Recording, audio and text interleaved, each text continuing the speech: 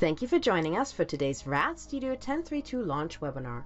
This webinar is presented by the RAD Studio product management team. That's myself, Serena DuPont, David Millington, and Marco Cantu.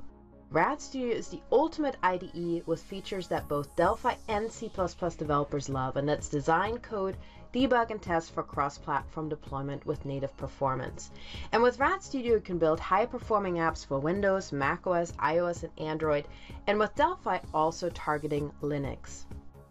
Now, RAD Studio supports both Delphi and C++ with a wide array of services for enterprise-strong development, and it provides powerful VCL controls for building Windows 10 applications, and also powerful support for creating multi-device applications for iOS, Android, Windows, and macOS, and with the addition of FMX Linux in 10.3.2 also for Linux using Delphi. Now today we support a number of platforms with RAD Studio. This includes Windows 10, including the October 2018 update, macOS Mojave, for Delphi also Linux 64-bit, Android Pie, and iOS 12. Now let's have a look at the key new features in the 10.3.2 release. 10.3.2 introduces macOS 64-bit application support for Delphi, including the ability to target the Mac App Store with notarization support, C++ 17 for Windows 64-bit, allowing you to leverage now the latest C++ language features and apps built for both Windows 32-bit and Windows 64. LSP code insight improvements, and this includes key productivity features in the IDE that are now available for the modern Clang enhanced compiler, and a number of improvements. RAD Server.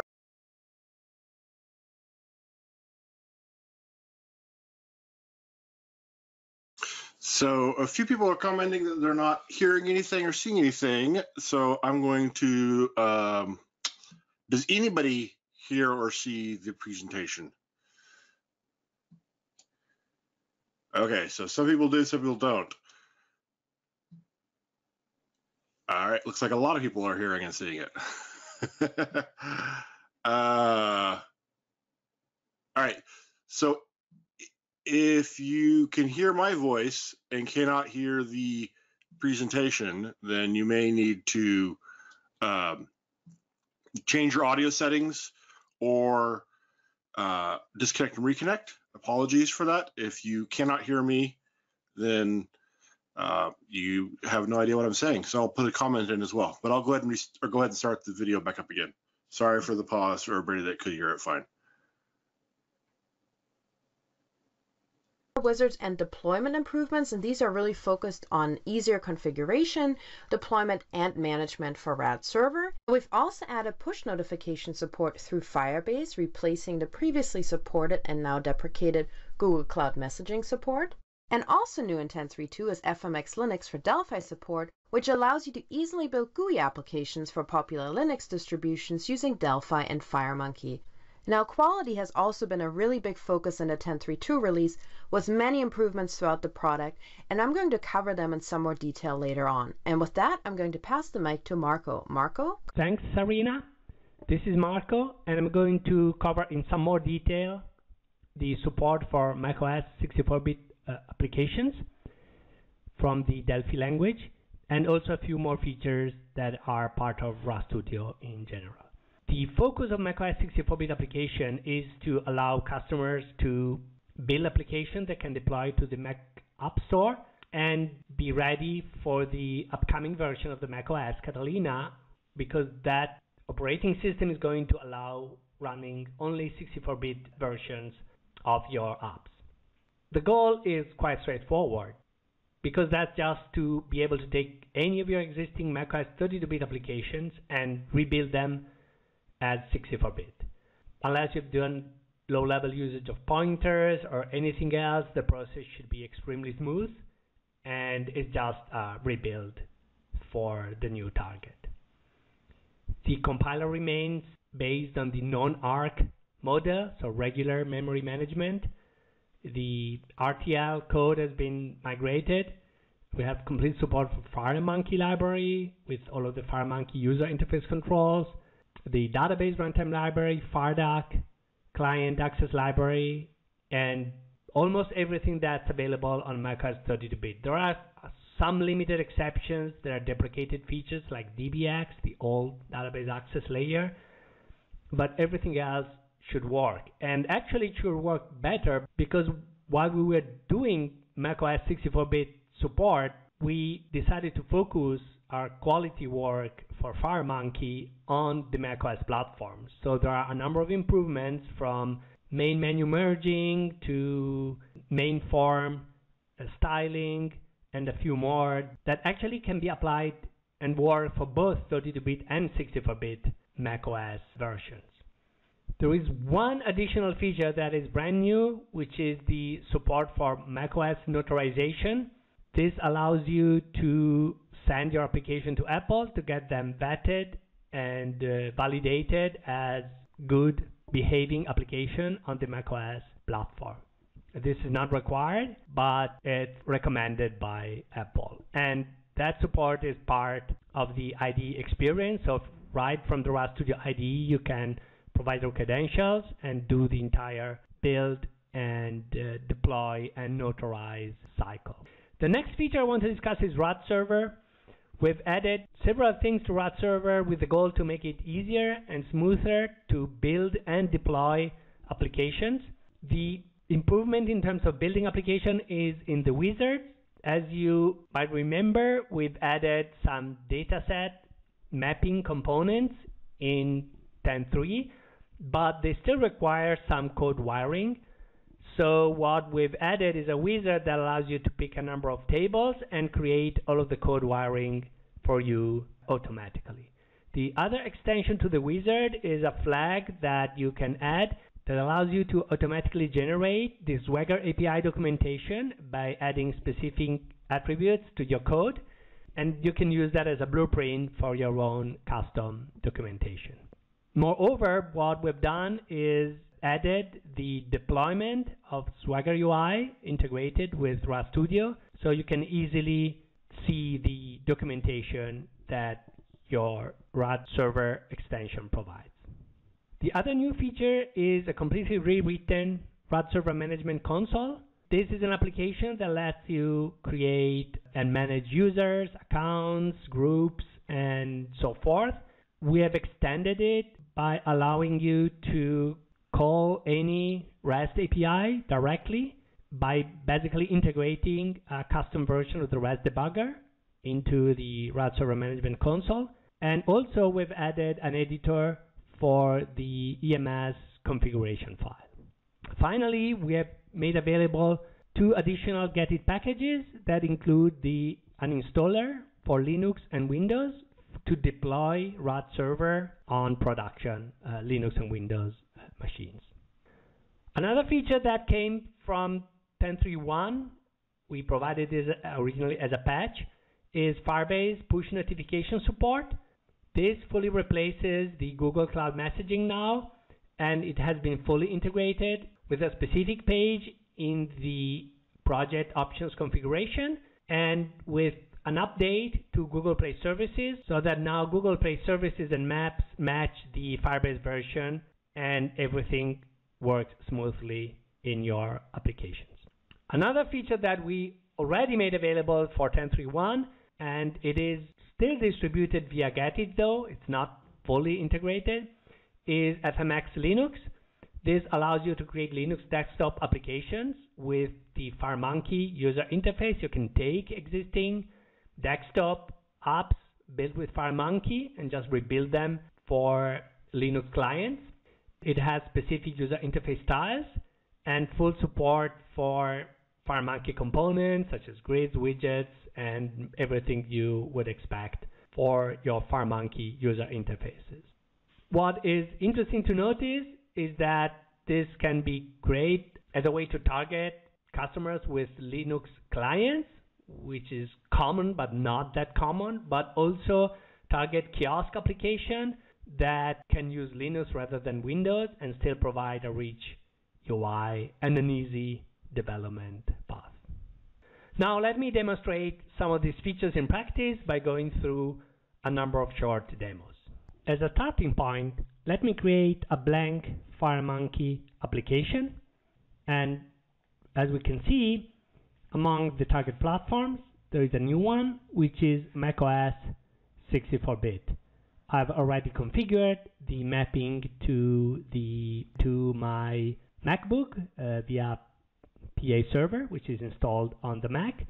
And with this, I can just take the application and build it like I build any of the other targets. To create a meaningful demo, even if it's a very simple one, let me add a button to this application and let me add some code to check this is really a 64-bit application.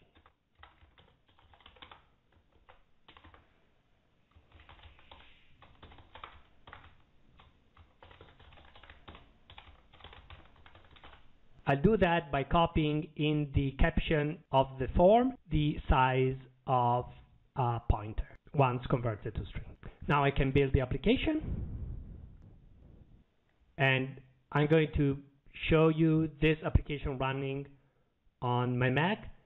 I'll do that along with other applications, like for example the classic controls demo, which is a complete application showcasing all of the various FireMonkey controls. So let us switch to the Mac. So here you can see the screen on my Mac. I deployed the application through PA Server, and I can run my Project 5 application. It turns out being very simple, but it does what expected. You get the size of the pointer 8 in the caption bar.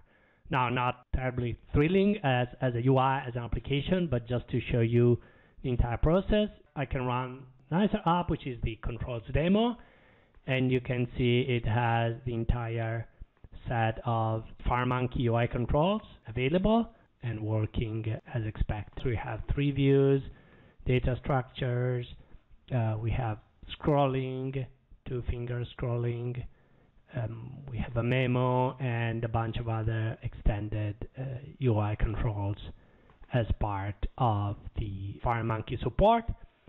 There's an additional demo I wanted to show quickly. Is a bunch of grids. These are data grids with showing different types of UI controls and UI elements with live binding support. Very simple, straightforward, but gives you an idea of the type of UI you can build for your Mac applications, building 64-bit applications in Delphi. Now back to the Delphi IDE. The other thing you can do, although it requires like a special trick, is go to the project and add the Linux platform, and now the application would have an additional target, which is Linux 64-bit. It allows you to build and deploy your application again through PA Server on a Linux VM. Now, I'm not going to demonstrate all of the steps. There was a very nice webinar done 2 weeks ago by Jim McKeith covering a significant number of use case scenarios and deployment scenarios with FMX Linux. What I'm just going to show you is a very quick demo of a Delphi application running on a Ubuntu VM. This is my Ubuntu VM. I can log into it, and here you can see a very simple and straightforward application deployed again via PA Server. I can just type something,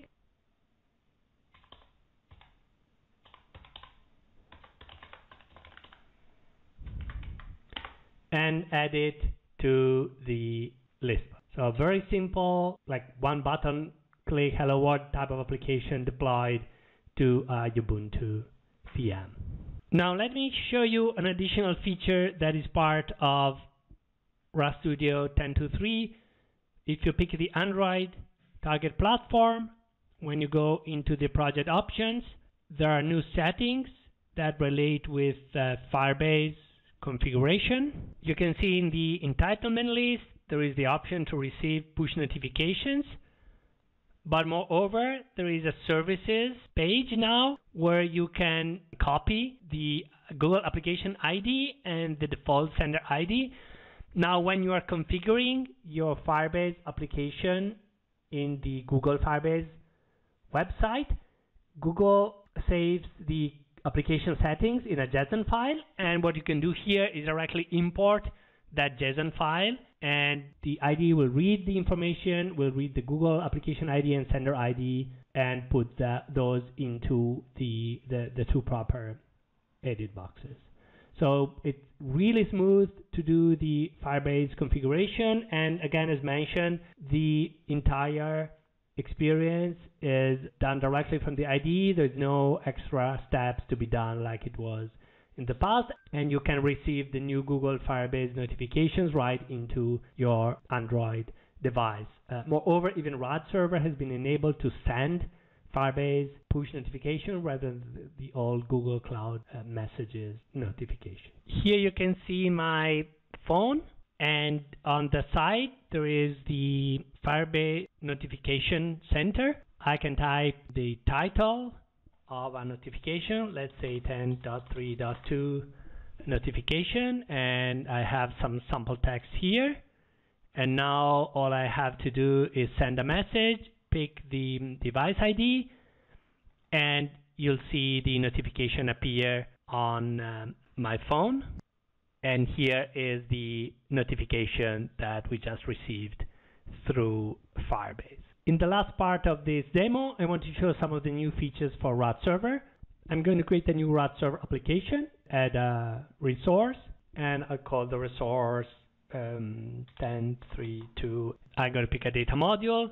Next, I want to leverage one of the new features, which is database endpoints. I'll also keep the API documentation flag, so I'm going to show you both of these features in action. If I pick next, I can pick one of the FireDuck connections to connect to the DB and see a list of tables. Now I can multi-select the tables that I want to expose from this RAD Server endpoint. If I click finish, I end up with a data module with multiple queries, and for each of these queries there is a matching EMS dataset resource component configured to hook to the query. And also I get the proper configuration in terms of resource suffix and integration with the data module. The other features you can see here in code is the Swagger API documentation. So for things like request summary, parameters, endpoint details, these are all attributes that end up generating Swagger API information. Any Swagger front-end tool will be able to extract that information from the RAD Server module. Now let me run this application through RAD Server. You can see there is a far more rich set of information in the log. One of the things that's included is the endpoints for all of the various APIs in a ready-to-use format. So for example, we can see that our project is providing all of these APIs. An example would be 10.3.2/employee/. So if I now copy this path, open the browser, and hook in the URL, I'm just opening the entire table. Again, no code required for this operation. And the other thing I can do is I can do a get on an individual employee by just adding the ID or employee number field. And now I'm doing a different request, and I'm just loading one individual entry of my query.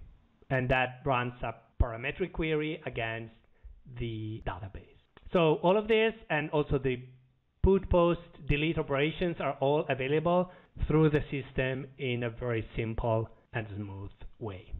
The other feature that is basically new in 10.3.2, it's been heavily rewritten, is the RAD Server Management Console. It has a new UI design, including support for dark and white style. It lets you manage groups, installations, modules, resources, and so forth. But the new feature is the ability to query endpoints.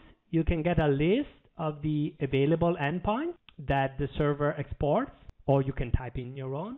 What you can do is just run the request, and you get back either the raw body or the tabular data if the data is in a tabular format.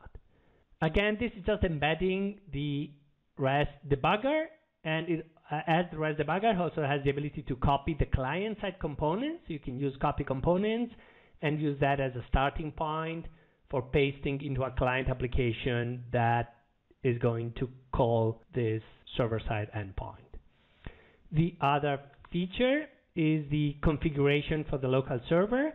Here the system reads your local INI file, and it has all of the settings in different pages, like core data, server configuration, packages, push notifications, authorization, public path, redirect support.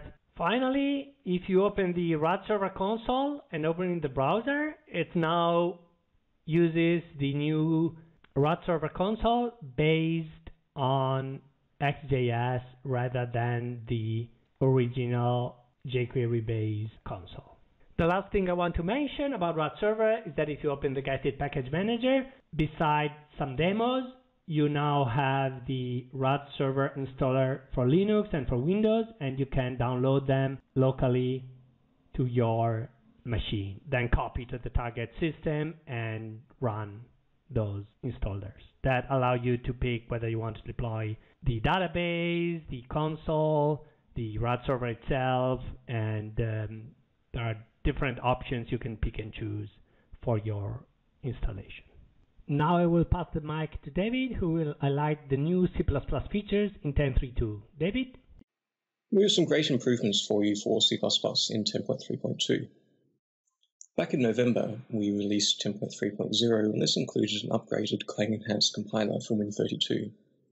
This updated compiler supported C++ 17, also came with an updated standard library from Dinkumware, and had a number of other improvements. For example, it's much better at optimizing code. And this is very well received. Unfortunately, it was only for Win32, so if you were building for Windows and you wanted to target both Win32 and Win64, then you couldn't make use of the new C++ 17 language features, and that's what we've addressed in 10.3.2. So this release, we have the upgraded Clang-enhanced compiler for Windows 64-bit as well. And that means that C++ 17 is available for both the Win32 and Win64 targets. It also includes the updated RTL and STL. We work very closely with Dinkumware, and the version that we're shipping is, at the time of recording, perhaps a couple of weeks old at most, very up to date. Because it supports C++ 17, it also supports C++ 14 and C++ 11. The language is, with some very minor exceptions, backwards compatible. And we're also including Boost for both Win32 and Win64. Boost is a very widely used set of C++ libraries. There's about 110, 120 different, varied, very powerful C++ libraries packaged up together. Now, among compiler vendors, we are unique in that we actually distribute a copy of Boost that is tailored for our toolchain with our toolchain. No one else does that. And that's a great benefit for our C++ developers. So in 10.3.2, we have an up-to-date version of Boost, that's version 1.68, that is available for both 32-bit and 64-bit Windows. And that is available within Getit, our package manager. When you install RAD Studio or C++ Builder, you can simply open Getit and install Boost for both platforms right away. However, one of the biggest improvements that we have in 10.3.2 is in the area of Code Insight. So Code Insight is a family of related features within the editor, things like code completion, where the IDE will predict what you're typing and show you a drop-down to complete it. Error Insight, where it will show you a red squiggly underline where there are errors. Parameter Insight, where it will show you the types for the parameters of a particular method, especially have multiple overloads. That can be very useful, and so forth.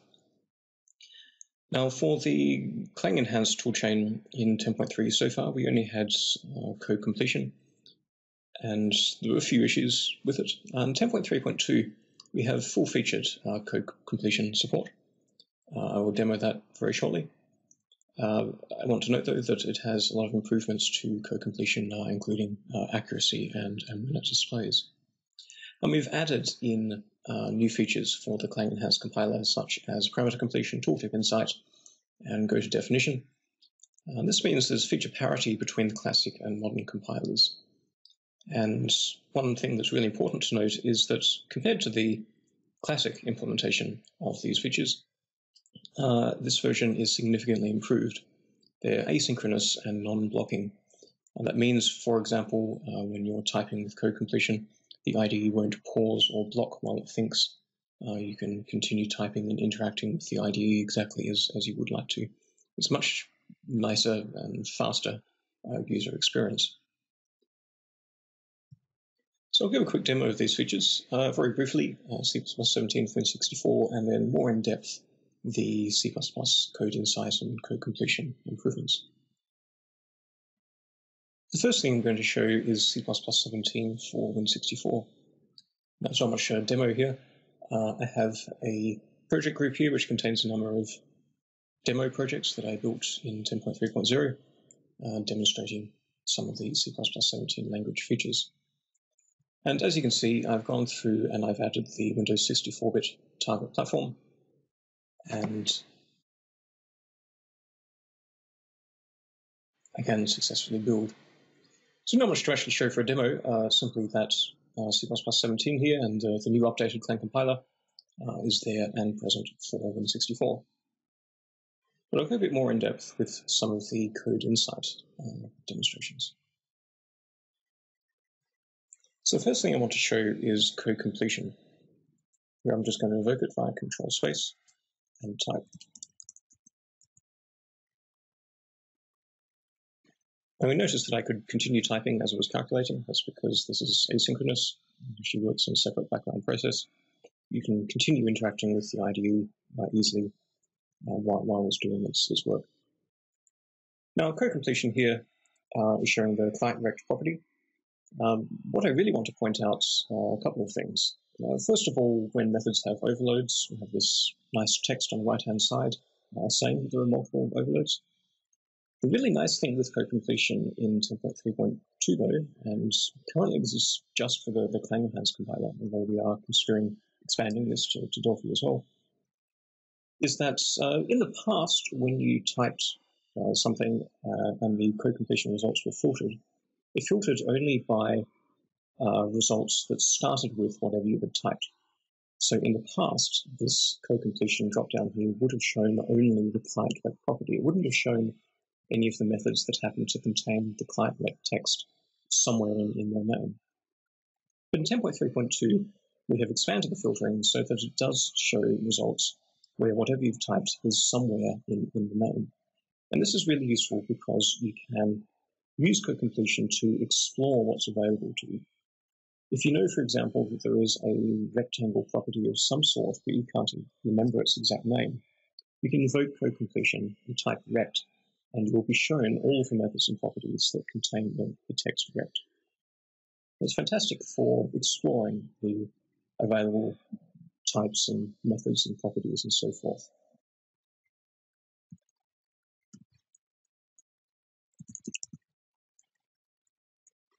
Now you can see here that the offset method has two overloads. When I press enter, parameter completion is automatically invoked. And you can see that there are two overloads here, one taking two integers and one taking a 2-point. This is new in 10.3.2. And as I type, you can see that the parameter completion dropdown responds to the parameters that I've typed. Again, this is fully asynchronous, happens in the background. The IDE never pauses or stops. We also have tooltip insights. You can see I'm hovering over trect here, and it's showing me the full type name.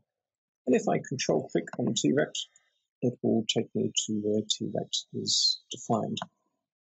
You might have noticed that was completely immediate. There was no pause while it was trying to figure out where trect was defined. So those are the code insight features in 10.3.2. As you can see, we have feature parity with the classic compiler, and the features are significantly better in implementation for the classic compiler as well, especially in that they are asynchronous from the background process. That really helps as well if you have a large project where it might use a lot of memory. Finally, I'll very quickly go through something that's really nice in 10.3.2, which is that we focused on IDE performance a lot. The IDE should now be snappy and fast in many situations. For example, talking between the code and design view, you should happen immediately and swiftly. This is particularly noticeable if you have a very complicated form with many hundreds of controls. You should be able to toggle back and forth very quickly without seeing the controls repainting themselves, for example, when you toggle to the design view. Or if you change layouts, you'll see it happens in a fraction of a second. Similarly, something that took a few seconds in previous versions was changing between the themes. As you can see, when I toggle between the light and dark themes here, it takes a fraction of a second. This is sped up. For the recording, this is the actual speed that it now occurs in 10.3.2. Overall, the entire IDE should feel fast, fast to use, responsive, snappy. Should be very, very pleasant. Thanks, David. I also wanted to highlight some of the key quality enhancements that we made in the 10.3.2 release. And this includes RTL performance enhancements focused on FireMonkey styles performance optimization, VCL DFM files loading optimization, and more. Significant VCL quality improvements with over 50 VCL customer reported issues fixed. And this includes improvements in many components such as combo box, main menu, page control, button, time picker, and more, and also additional high DPI and scaling refinement. We've also addressed a number of C++ 17 quality issues focused on STL quality, compiler quality improvements, and code completion has had a significant revision with a number of quality improvements. We've also focused a lot on IDE improvements, specifically when you're resizing and moving the IDE. We now also provide faster file search operations, and we've made optimizations in our source code file access for large projects through a unit cache. And one of the things you'll also see in this release are significant UI and UX quality enhancements. Now, in terms of FireMonkey support, we've performed a number of platform enhancements around macOS quality, push notification improvements on iOS and Android, and also improved compatibility with older versions of Android. Now, FireDAC support in 10.3.2 includes Microsoft SQL improvements, including invocation of stored procedures, master detail cleanup, and more. Now, in terms of our REST and HTTP support, we've also added additional runtime properties in the THTTP client to handle certificates and authentication, and we've made quality improvements to the REST client library. Now, in terms of the 10.3.2 installation, it uses your new or existing update subscription keys. Installations and add-ons are only available to customers that are current on update subscription. So if you're not current on update subscription and are interested in 10.3.2, I recommend you contact your sales representative. You can import existing registry settings, and both the Get It and InstallAware installers are available. And as always, it's recommended that customers install the update release using the same installer technology that they've previously used. So if you use the Get It installer, for example, in the 10.3.1 release, we recommend that you continue to use the Get It installer for the 10.3.2 installation. And 10.3.2 is available for all SKUs, and that includes Community Edition. Now, I also wanted to talk about the Google Play Store Android 32-bit extension for Delphi and C++ Builder customers. So starting August 1st of 2019, so starting next month, applications in the Google Play Store must support 64-bit. Now, we've been working with the Google Play Store team on a 32-bit extension for the Google Play Store for our Delphi and C++ Builder customers. Now, it's important to note that starting August 1st, only application updates to existing 32-bit applications will be considered for an extension by the Play Store team, not new Android applications. For new Android 32-bit applications, it's recommended that you submit them as soon as possible and start asking for an extension now, just so that you're not impacted by the deadline come August 1st. And Embarcadero customers can submit extension requests for Android 32-bit application updates to existing Play Store applications until August 2020. And I recently published a blog post that outlines the steps for requesting an extension. And in order to do so, you will have to go to the Google Play Store contact form. You fill out the form and select that you submitted a new application or application update, but that it is not live yet. And then in the feedback field, you indicate that your application was built with Embarcadero, Delphi, or C++ Builder, and that you would like to request an extension to the 64-bit requirement. And I also wanted to mention that a Delphi Android 64-bit NDA beta with Google Play Store deployment rights is planned for this summer. And with that, let's open it up for some questions. All right. Thank you, everybody, for joining us. And thanks for actually quite a few questions have already come in in the question panel. If you do have any questions, go ahead and put them in the question panel there to the right, and we'll go through and get them answered for you here. Joining me online, we have the entire product management team, David Millington, Serena DuPont, and Marco Cantu. Thanks for joining us, guys. Hi. Hello. Hello, good to be here.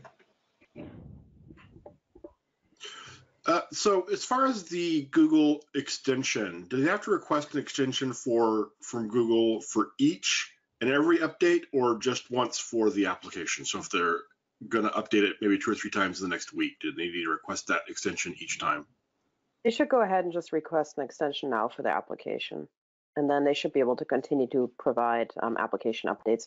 I don't believe it's required every time. It should be something they can just request, customers can just request from Google as a one-time thing. It's important to note, and I will double check with them on that process, but it's important to note that starting August 1st, all apps have to be 64-bit. So if you have, for example, an application, and I checked on this yesterday actually with the Google Play Store team, and I commented on the blog post that I did around this. Somebody had asked, well, what if we have a beta build currently in the Google Play Store and we're not ready yet to publish it? Can we get an extension that then will apply for our app going forward? And they said yes. So you can even create a beta entry, for example, in the Google Play Store, request an extension, and then when you're ready to publish it, provide updates to that application as 32-bit applications. And also, I wanted to mention, I saw a couple people that have said that they submitted a request already. If you want to send me an email, I can reach out to the Google Play Store team and see if they've received your request for the extension. Feel free to send me a note at serena.dupont@embarcadero.com. I saw a couple comments on the blog specifically where customers have submitted an extension, and we work very closely with the Google Play Store team on this. So the process should work just fine. Obviously, you have to adhere to all the regular Google Play Store guidelines, just like you would for any application that you submit. And then once you have uploaded it, or if you have an existing app in the App Store that you plan on updating in the future, you should submit a request now, and then you'll be able to continue to provide updates. And that extension is good until the extension for app updates, for 32-bit app updates, is good until August of next year. And all of that info, by the way, is in my blog post. So I would really recommend having a look at my blog post. It specifies all the steps, the processes, and I've been getting a number of comments from customers on there, and I've been trying my best to provide feedback on them as quickly as possible. I noticed someone, one of the MVPs commented that they had submitted asked for an extension before we had the extension in place, and they weren't able to receive it. So if you did ask before we rolled that out, you'll need to ask again to make sure you get the extension.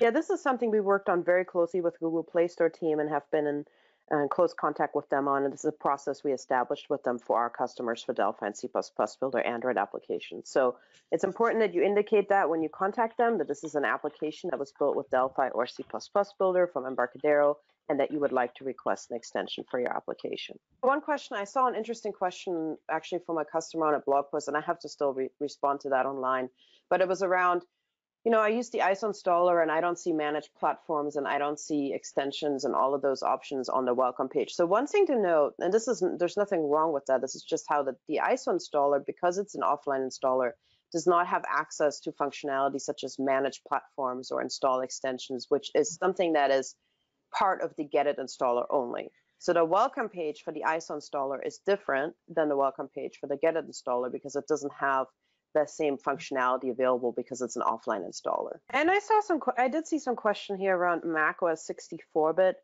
So if you had an existing installation of 10.3.1 or 10.3 on your system, let's say you install 10.3.2 on an existing system, not a new system, we've had some customers that ran into an issue where they installed a macOS 64-bit platform, but then when they create go to File New, FireMonkey application, they don't see the 64-bit platform there. As a way to work around this, you can open up the license, close the IDE, you can open up the license manager, you can delete your license file and re-add it and then re-register it, and that should ensure that you can see the 64-bit platform. It's something we'll address in the future, but for now, that is kind of the workaround for that issue if you're installing 10.3.2 on an existing system. Speaking of macOS 64, there's a question here. How do applications built with the new LLVM-based macOS compiler perform compared to those built with the old Windows 64 compiler? Are they faster? Do they benefit from more aggressive code optimizations? I'm expecting them to be overall on par. There are some different optimizations enabled, but I don't expect to see a very significant difference between macOS 32 and macOS 64. Are there plans to provide Firebase push notification support for iOS as well, Marco? Yeah, we are planning to support Firebase for other platforms other than Google, than Android in the future. That requires some work. It's currently planned for the next major release. The other thing, I've seen actually a number of questions. My bad for not mentioning it. I mean, I just demoed using like a direct link on the Google Firebase site to show that the message could be sent and reach the application. But that's not the general way to generate a notification. You can use RAD Server. RAD Server has full support for notifications. You can use Kinbay, you can use Parse, you can use any other of the available system. Actually, server side, Google Cloud Messaging and Firebase are 100% compatible,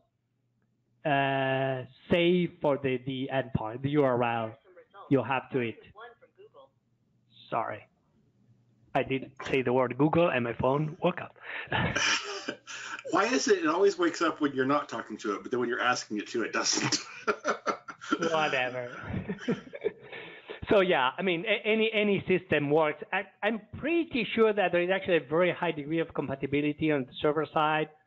So if your server-side technology still is for GCM, it's probably going to work with Firebase. But in any case, even for us, updating RAD Server was just a matter of using a different web service endpoint, but same parameters, same configuration, same everything. So it is an open-ended system that works with any provider. So here's a question for you, Marco. Now that we plan to support Metal on Mac, which is a big change, are there plans to also support DX12 on Windows, Vulkan on Android, or other optimizations around the graphics UI part of FireMonkey? We are certainly keep looking forward for opportunities. It's having specific support for native platforms offers great advantage, but then the optimization you do are for one platform only. We also have some open-ended GPU canvas that we can significantly optimize, and that's optimization that will end up working across the board. So we're trying to balance what is really platform specific and what is general FireMonkey optimization work that ends up benefiting everyone, regardless of the platform and in some significant way. So, but we are clearly looking forward to support other native platforms as they become relevant. For macOS, although it's still not required in Catalina, we feel this is higher priority because sooner or later Apple is going to drop OpenGL, so that becomes like a critical issue. But we're certainly looking for other GPU technologies on different platforms.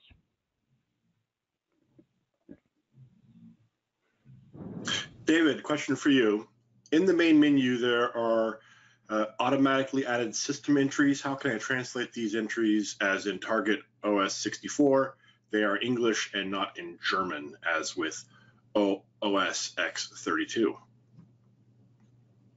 I'm going to guess that's referring to the FireMonkey app where the system entries are now present by default. Marco actually knows more about that than I do. Okay. Marco, would you be able to answer that, please? Yeah, I don't know specifically about the translation. I thought that the existing the platform items would depend on the operating system. It looks like it's not the case. So that's something I should research. I saw the similar question on my blog post, but it's something we need to research internally. I don't have the actual answer. Earlier, David, this is for you. Earlier, the slides listed a C++ LSP feature. Is this a regular server implementation of Microsoft Language Server Protocol? If so, can external clients access this LSP server?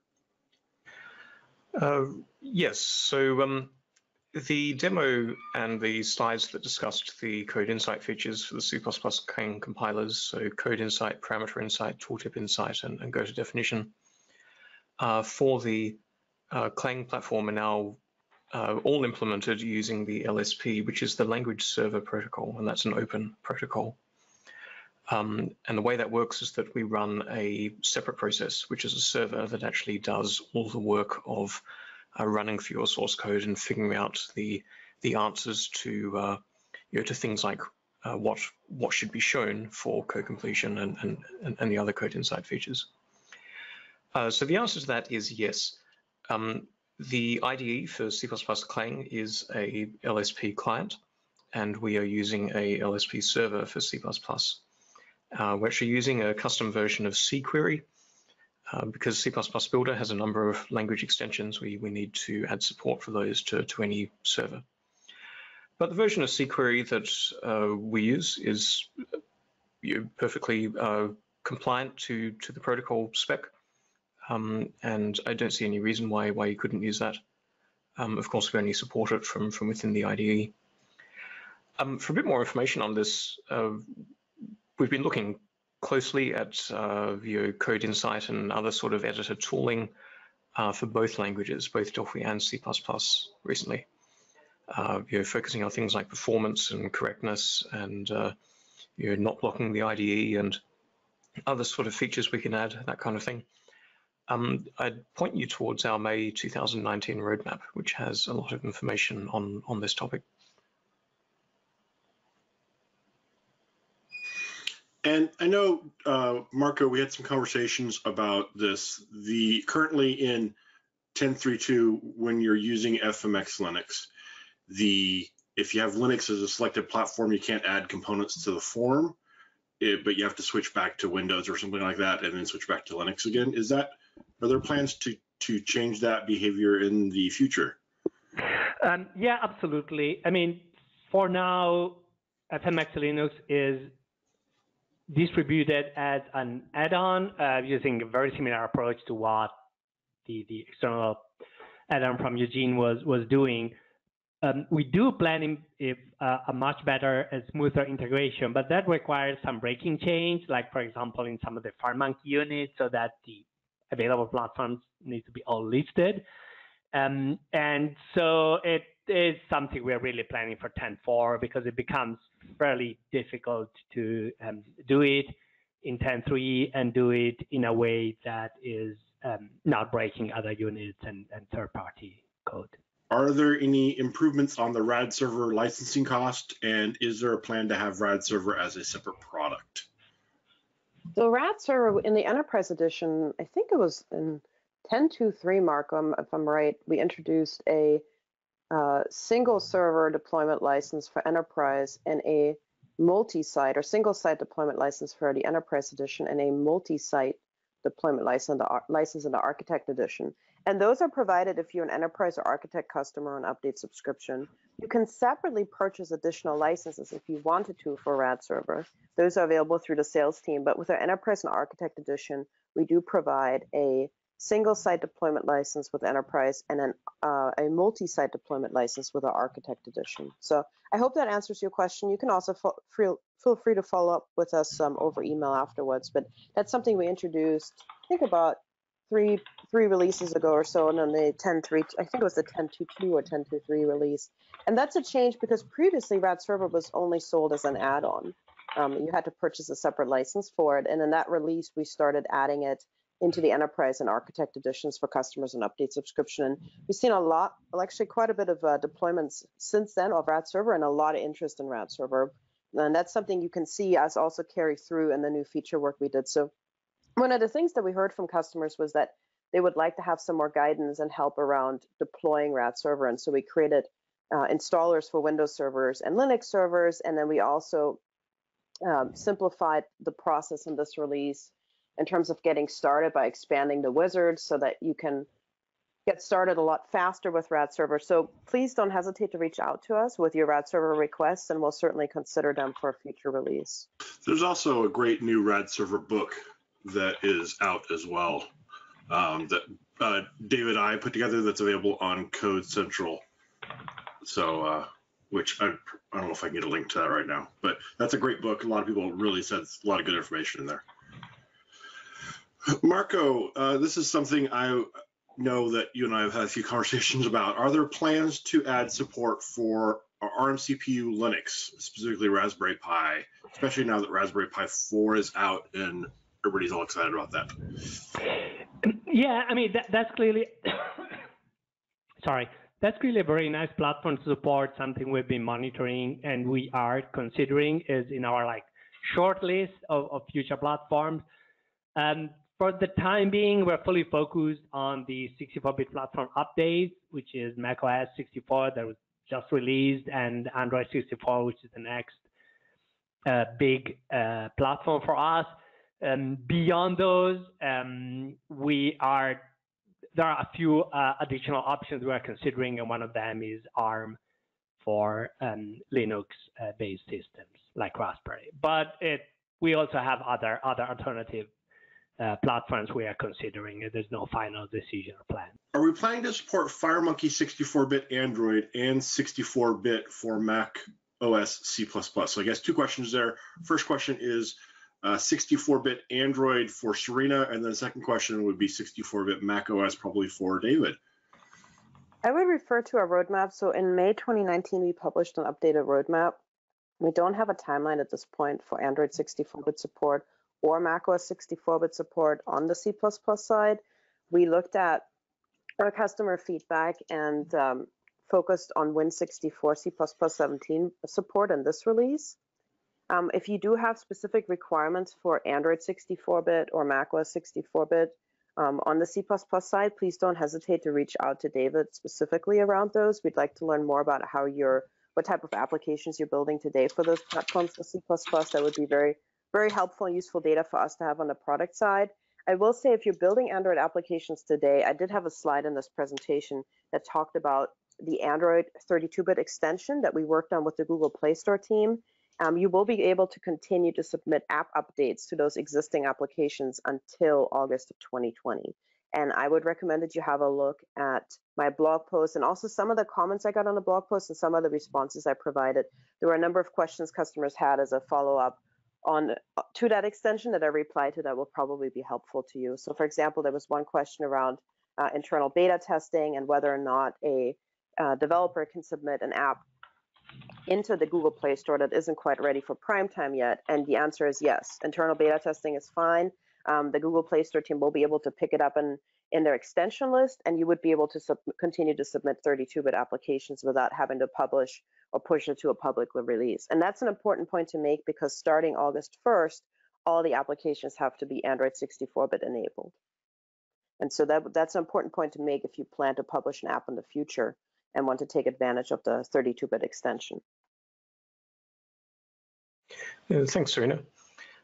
Yeah, that was a very good and comprehensive answer. I just want to repeat a couple of the things there that, as we said earlier in the presentation, we were bringing the Clang C++17 compiler to Win64 this release, and that was based on a lot of customer feedback because we had it only available for Win32. There was a definite sense of a lot of feedback asking us to bring it to Win64 as well, so we could target all of Windows. If Android 64, macOS 64, or for that matter, Linux, and the questions about that as well for C++ are important to you for C++, please get in touch with me directly. It's really good to learn more about what your current apps are or what your future planned apps are as well, and that will help with our prioritization process. And my email, I think it's usually on screen, but not on this slide today. It's just david.millington@embarcadero.com. Great, thank you, David. So Mark, probably for Marco, if someone is updating from 10.1, should they try and stick with the same installer type, for example, the get it versus ISO, or is it less important when you're moving between versions? When you're moving between versions, it's less important because the only way to preserve configuration is manually going with the migration wizard, saving some of your parameters like editor configuration and other things. But all of the third-party packages and so forth need to be reinstalled, reconfigured. So if you're moving from 10.2, 10.1, that's less of an issue.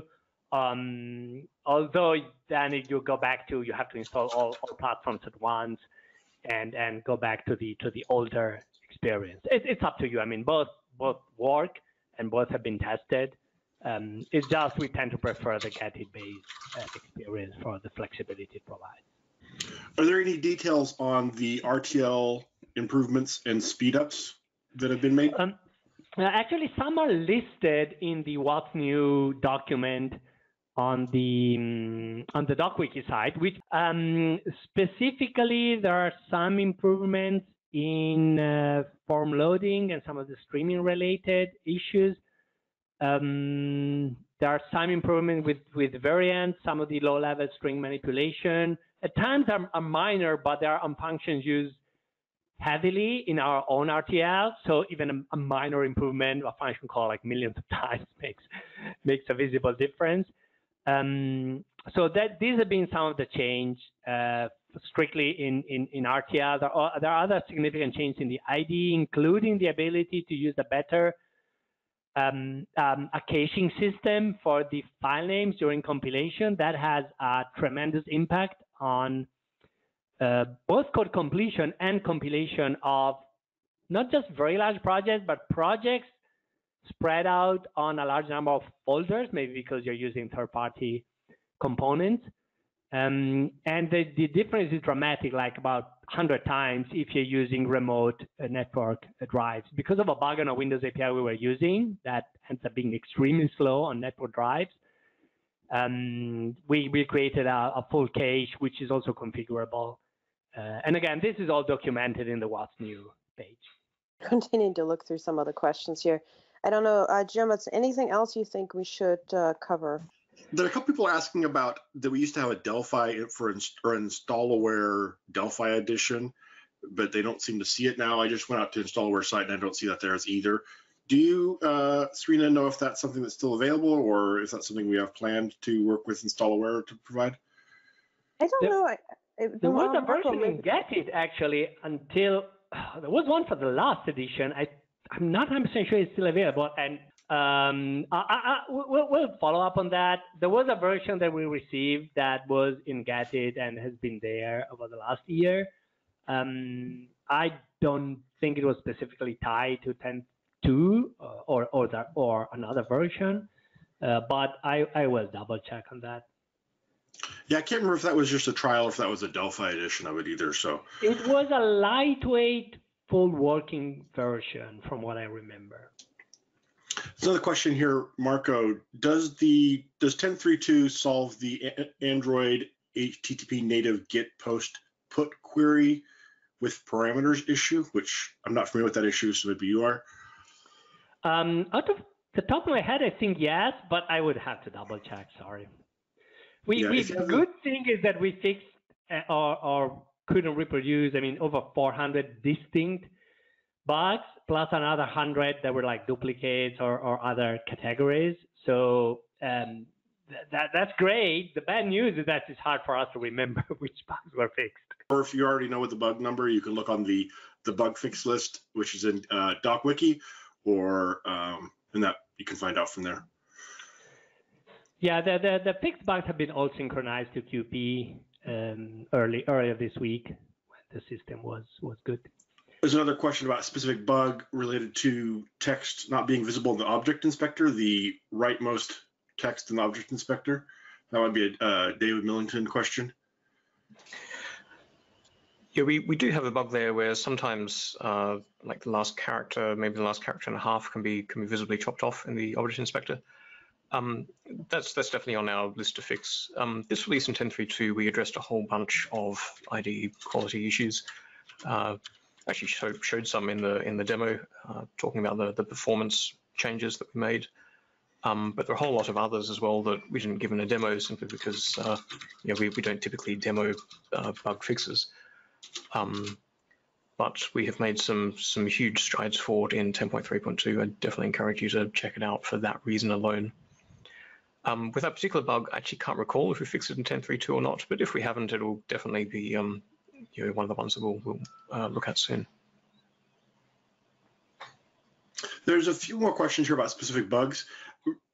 If you have questions about specific bugs, and I'm just going to address these all at once, check the what's fixed list in DocWiki, and if you don't see it there, you can feel free to email product management and with the bug number. I frequently run, and I am guilty of this as well, as frequently I'll be like, hey, when are we going to fix this?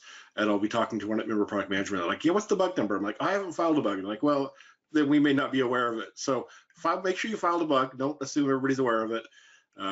It's surprising how often that's not the case. And then they can certainly prioritize that.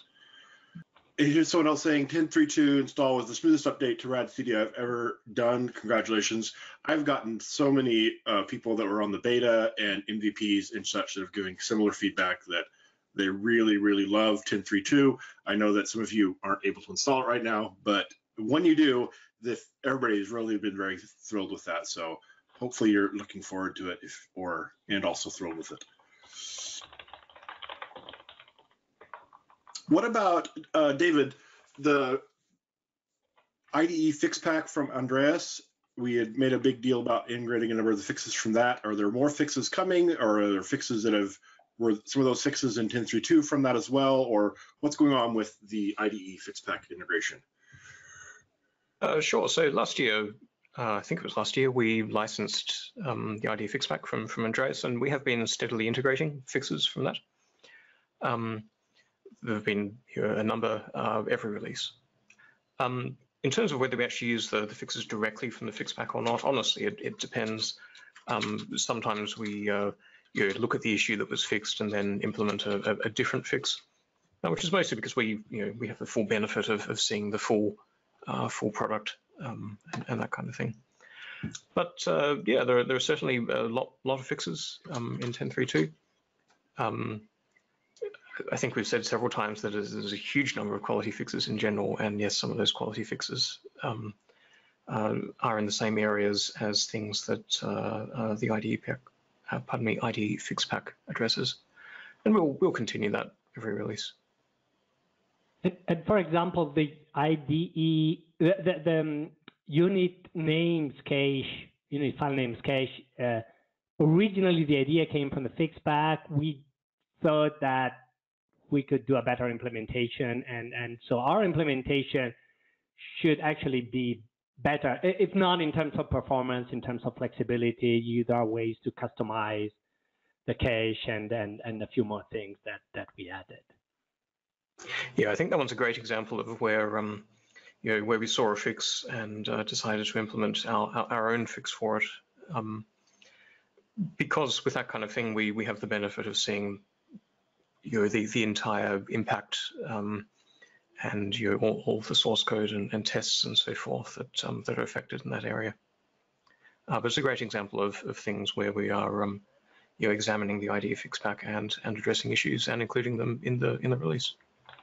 Yeah, there's one thing. Talking with Andreas, he points out that the fixes he has in the fix pack are kind of coming in the solutions from the direction. So they need to be all of those need to be re-implemented. But it's something we are working with him and looking at the things he's addressing, so we can do that. Let's see, a couple of questions here, David. I'm not sure if you answered these or not. I apologize. What is the plan for 64-bit Android for C++? So we discussed this a few minutes ago.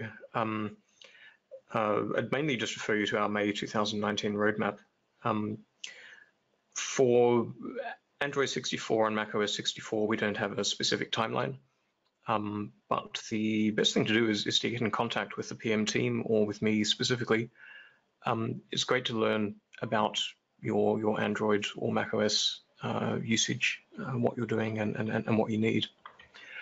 But also in terms of Android 64, as we mentioned earlier, we have an extension from Google.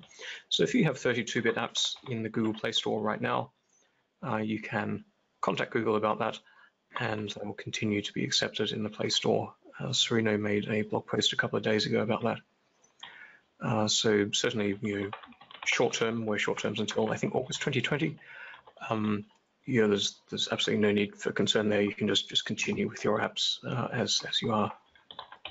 But I'd certainly ask you to get in touch. The more that we hear, the better. So please contact us and let us know about what you need.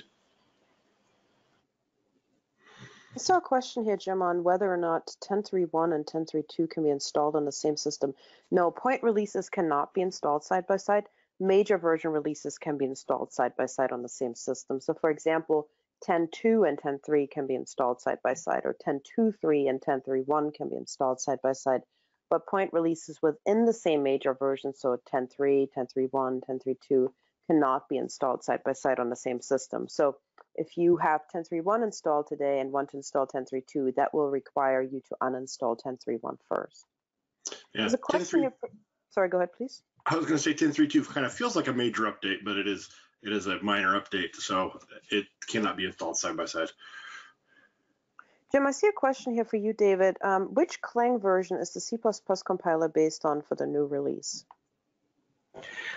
It is the same Clang compiler that we've released in the earlier 10.3 point releases, which is Clang 5. So it's the same compiler that we released in November last year, but updated with Win64 support as well as Win32. It's worth mentioning, actually, while we're on that, there are a whole lot of quality fixes in the compiler area as well, also in the RTL and standard library and so forth. Marco, is it correct that if you are installing using the web installer over from 10.3.1 to 10.3.2, that it keeps all your third-party components installed? That's the idea, because the registry keys are preserved. What is not really working because of a kind of weird scenario is components you might have installed via Gatit. For example, FMX Linux or David Bookmark and the other Parnassus plugins. Because of the way the system works, actually they are uninstalled, but the IDE preserves the configuration. So you get an error message that the library cannot be found. So you have to reinstall those. But for in general, third-party components are preserved through an installation. Now, if you want to as an extra safety, you can use the migration wizard, make a copy of the registry setting in XML, and then eventually restore some of those settings through the same tool. Okay, and then if you're Marco, if you're moving from the Get It installer to the ISO installer, you mentioned that the third-party components won't be preserved in that case. Are there any other issues? Yeah, because manually using the migration wizard, you can don't save everything on your migration wizard setting, because some of the settings are actually not compatible. But you can pick like known packages, known ID packages, and a few other categories like ID configuration and so forth. And then you can reapply the same settings after installation, and that's a way to migrate. Also, when you want to migrate to a different machine, you can use the same approach to migrate to a different computer. And again, eventually you can edit the XML file if there's something that you don't want to move over. Okay. There's a more in depth. Hopefully, we can answer this question, Marco. Is it possible to override the HTTP net client, the header of the query for each post, get, put, delete, etc.? I need to build my own post sending with a particular header without the component HTTP net client rewrite of the header. That's something I don't think it's possible from the current architecture. We can certainly consider extending the architecture. It would be good if you can follow up with me over email. I can put some thoughts into it. So someone's saying that they're having the current IDE is slow, problems with large units, etc. Are there any improvements? So that's something that's been majorly addressed in 10.3.2. So those are exactly the things that you'll see a huge improvement around in 10.3.2. Yeah, there are lots of performance fixes with common actions, things like toggling between code and design, or switching layouts. So when you start debugging, for example, the IDE will switch to the debug layout, things like that. In terms of very large code, the only issue that we're aware of at the moment is caused when you have very long constant strings.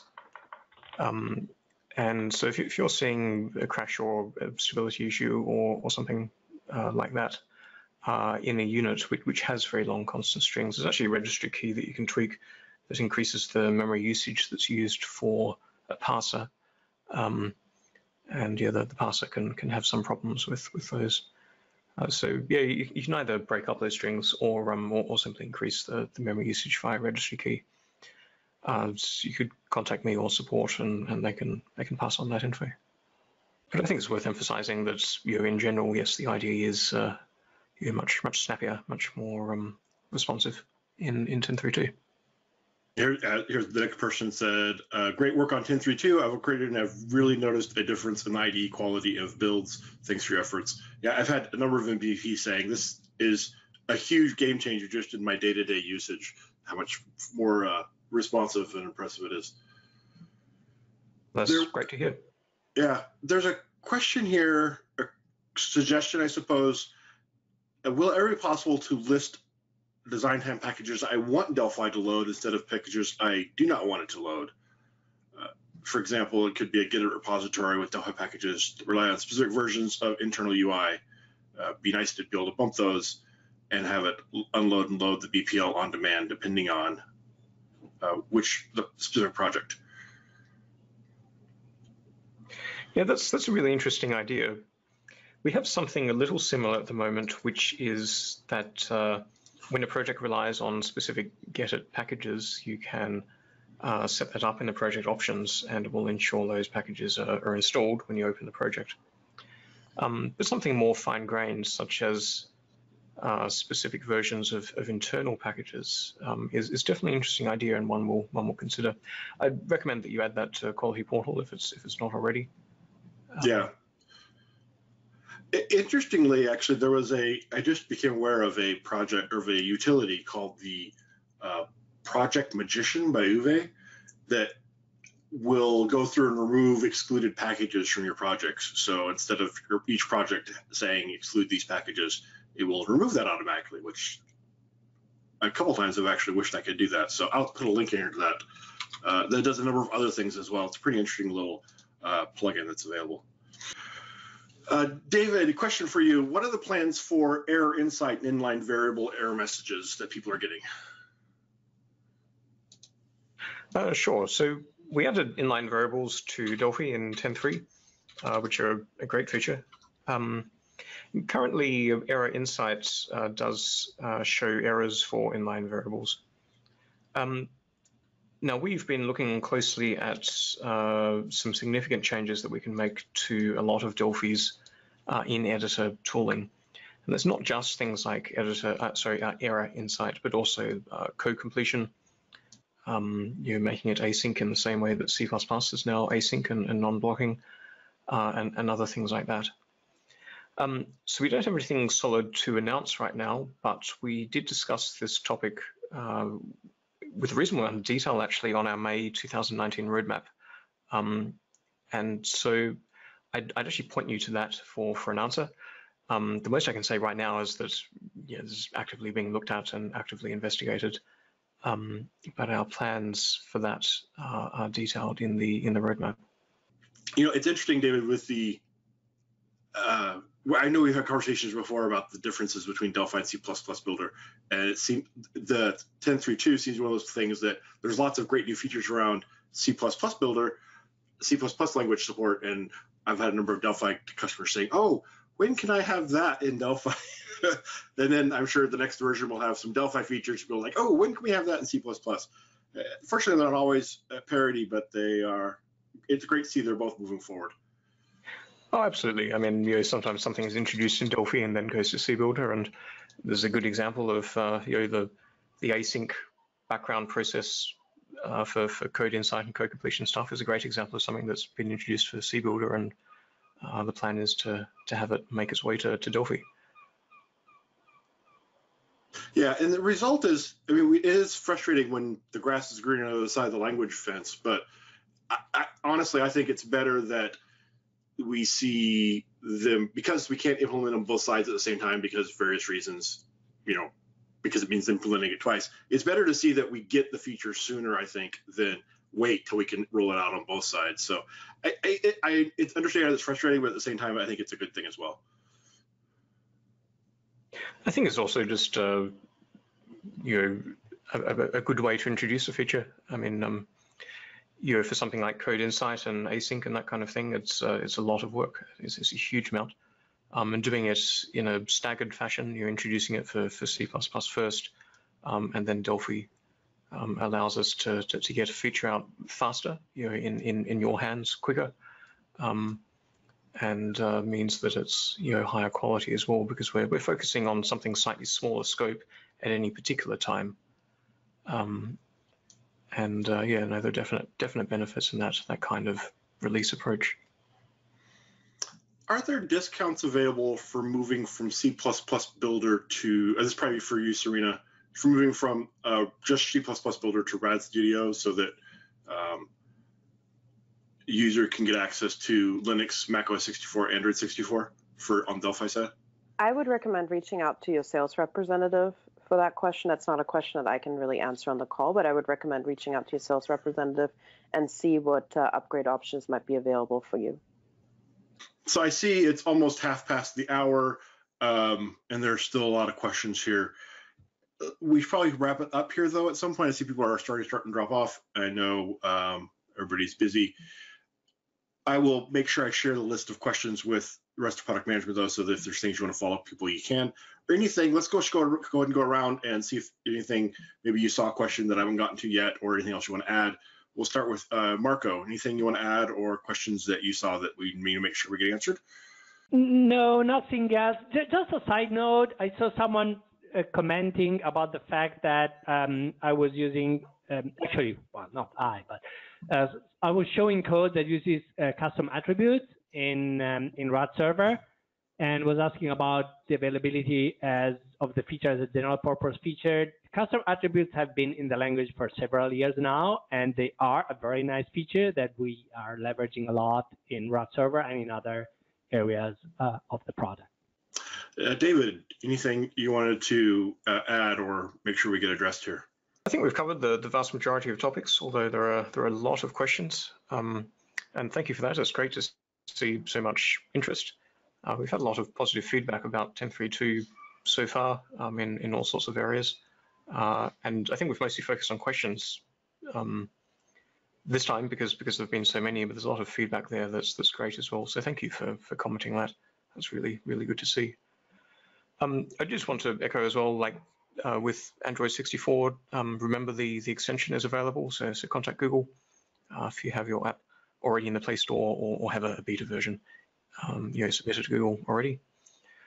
And I saw a couple of other comments come in. Actually, one thing that I might mention is there's a comment about installing Navigator from Get-It. That's an add-on to the IDE that we released with 10.3.1, I think. That and bookmarks tend to get quite a lot of comments about that as a really nice IDE plugin. So thank you for that. Anyway, I'd certainly recommend to everyone installing that. But apart from that, not much. Thanks very much for your comments and questions and interest. And if there are specifics, especially around C++ or the IDE or something, feel free to email me, any PM, of course, but you and me with those particular topics, david.millington@embarcadero.com. Serena, anything else you want to add? Comments? I think this has been a really great session, lots of great feedback. So thank you all for joining, and thank you for your questions. We're really excited about the 10.3.2 release.